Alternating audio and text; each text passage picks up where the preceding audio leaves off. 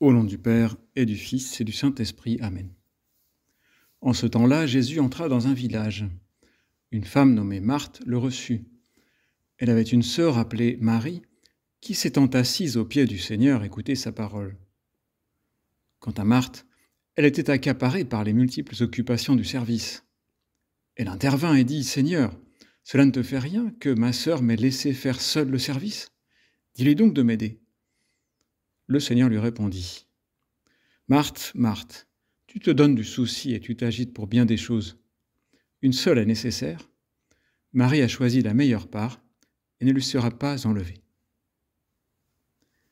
Une femme nommée Marthe, dit l'Évangile, ce n'est pas une inconnue pour Jésus, ni pour ses disciples, ni quelqu'un qu'il n'aurait jamais rencontré. L'Évangile nous apprend que Jésus était proche de cette famille de Béthanie, village situé non loin de Jérusalem, une famille aisée peut-être, qui pouvait accueillir Jésus et ses disciples, dont les membres connus sont Marthe, Marie et Lazare, frères et sœurs. Le Seigneur Jésus a vécu une vie comme la nôtre, la vie humaine tout simplement. Il a eu des amis comme nous en avons. Les amis sont des personnes que nous privilégions par rapport à d'autres. Ce n'est pas une injustice, on ne peut pas être ami intime de tout le monde. Jésus a été soumis à cette limitation pendant sa vie sur la terre.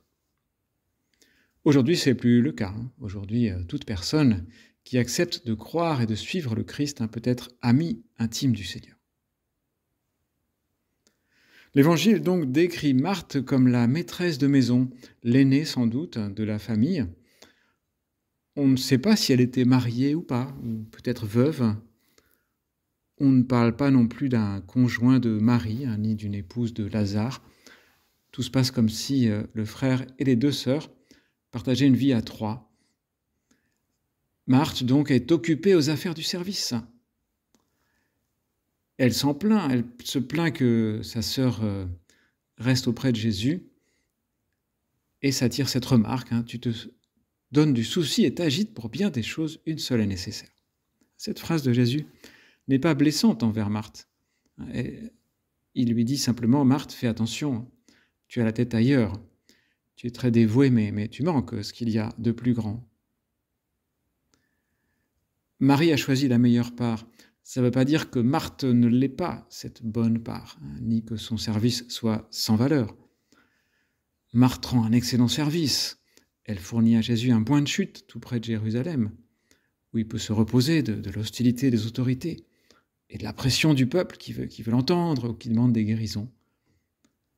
Donc c'est très bien tout ça, mais Jésus l'invite à ne pas se laisser troubler ni inquiéter par ce service qu'elle rend.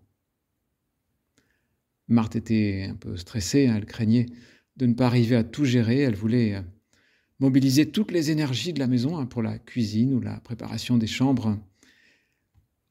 Et moi aussi, Seigneur, pourquoi m'arrive-t-il, même quand je suis en train de prier, de vouloir résoudre des choses dans ma tête, ou même par des recherches ou des réponses sur mon téléphone. Peut-être j'ai peur d'oublier, alors je m'interromps, je coupe mes activités, je me dis, il faut agir tout de suite. Mais Jésus me dit, attention, reviens à moi. Tu as déjà la tête ailleurs alors que tu devrais être en train de prier. Pourquoi si facilement, Jésus, je me précipite sur l'action finalement, et même sur l'hyperaction, l'hyperactivité. Je n'arrive pas à m'arrêter pour être contemplatif. Contemplatif, selon le Trésor de la langue française, un excellent dictionnaire en ligne, le contemplatif est celui qui est consacré, qui se livre exclusivement à la contemplation. Donc le contemplatif ferait partie d'une élite, celle des ordres religieux, qui mérite toute notre admiration, mais qui ne nous concerne pas. Voilà ce que dit en tout cas un dictionnaire, pas spécialement chrétien. Saint José Maria, quant à lui, n'a pas hésité à affirmer au contraire que la contemplation n'est pas réservée à des privilégiés. Certaines personnes, dotées de connaissances religieuses élémentaires, pensent que les contemplatifs sont en extase toute la journée. Et c'est une grande naïveté. Les moines, dans leur couvent, leur monastère, sont occupés toute la journée, à 1000 tâches. ils s'entretiennent, ils accomplissent un travail qui leur permet de vivre, etc. Oui, les contemplatifs, il y en a parmi les religieux, mais aussi parmi les gens du monde. La nature humaine est la même pour tout le monde. Et d'ailleurs, toute vie humaine est soumise à la distraction, à l'agitation. Donc la définition de contemplation, ce n'est pas l'extase mystique ou le phénomène anormal. La contemplation, d'après le catéchisme de l'Église catholique, est regard de foi fixé sur Jésus. Regard de foi fixé sur Jésus. Je l'avise et elle m'avise, disait au temps de son saint curé le paysan d'Ars en prière devant le tabernacle. Le contemplatif, donc, c'est celui qui vit le regard fixé sur le Christ. D'ailleurs, c'est intéressant de voir que le catéchisme de l'Église catholique nous donne comme exemple d'un contemplatif, non pas un moine ou une religieuse, mais un agriculteur. Et saint José Maria, sous l'inspiration de l'Esprit Saint, nous dit qu'il est possible de vivre dans le Christ, tout en étant médecin, généraliste, femme de ménage, mère de famille, jeune professionnel, célibataire, marié. Vivre avec le Christ ne demande pas d'adopter un style de vie hors du commun. Mais comment s'y prendre concrètement ? C'est notre question. Et il y a des réponses chez saint José Maria, notamment dans son homélie Vers la sainteté, qu'on peut trouver à la fin du livre Amis de Dieu, qui est aussi en ligne sur le site escriva.org. Dans cette homélie, très simple mais très profonde, saint José Maria affirme que la première chose à faire, c'est parler avec Dieu, si on veut contempler. Et qu'au début, on peut s'adresser à lui par des prières vocales, c'est-à-dire des formules reçues de quelqu'un d'autre et qu'on répète. La plus grande prière vocale, c'est le Notre Père, apprise directement des lèvres de Jésus. Peut-être vous avez fait l'expérience, un Notre Père bien dit, lentement, en tâchant d'adhérer à ce que nous disons, nous remet à notre place. C'est la place du Fils, une place où ce n'est pas nous qui sommes le centre du monde, mais Dieu. Dieu dans toute sa bonté paternelle, Notre Père. La prière peut aussi prendre la forme de méditation, c'est-à-dire qu'on considère un texte de l'Écriture ou un événement de notre vie dont nous tirons une sagesse parce qu'on en parle avec Dieu. La prière peut aussi être oraison, où on parle avec Dieu à bâton rompu, à un certain moment de la journée, disons au moins une fois par jour, un moment d'oraison par jour. C'est vraiment souhaitable. Et si on fait ça, prière vocale, méditation, oraison, eh bien, l'esprit de prière peut se diffuser dans la journée. Et on finit par s'adresser au Seigneur, ou à Marie qui nous conduit à Jésus, souvent dans la journée. Par de petites phrases, par des élans du cœur, et ça peut arriver au volant, dans un bureau, dans une cuisine, dans la rue. Mais ce n'est pas tout. La contemplation, c'est pas seulement cela. Le recueillement, écrit saint José Maria, est compatible avec l'activité professionnelle et l'activité de citoyen. Donc on peut être en contact avec Dieu, on a peut-être fait l'expérience, être concentré, ça veut dire être recueilli, plongé en Dieu, même quand on marche dans la rue ou même dans le métro, parce que nous portons notre monde intérieur, qui n'est pas un monde imaginaire, mais qui est le monde réel, c'est le monde où il y a Dieu. Alors on voit, oui, que l'activité est compatible avec le regard fixé sur le Christ.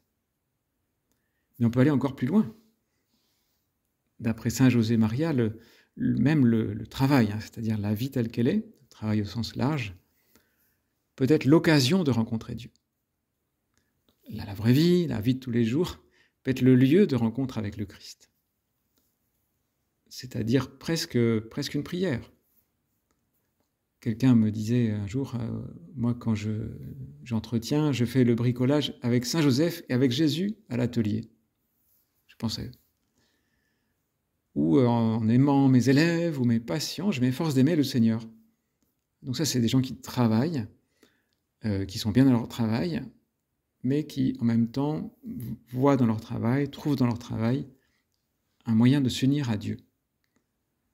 Et oui, on peut travailler, faire la vaisselle, prendre un train en présence de Dieu, en disant « Seigneur, je le fais avec toi et pour toi ». De telle sorte, et ça va très loin, qu'il peut finir par ne plus y avoir de compartiment étanche, dit saint José Maria, dans notre vie, et qu'on ne puisse plus distinguer où finit la prière et où commence le travail, ni où se trouve la limite de l'apostolat. C'est-à-dire il y a une unité de vie entre activité, prière, apostolat, approcher les gens de Dieu.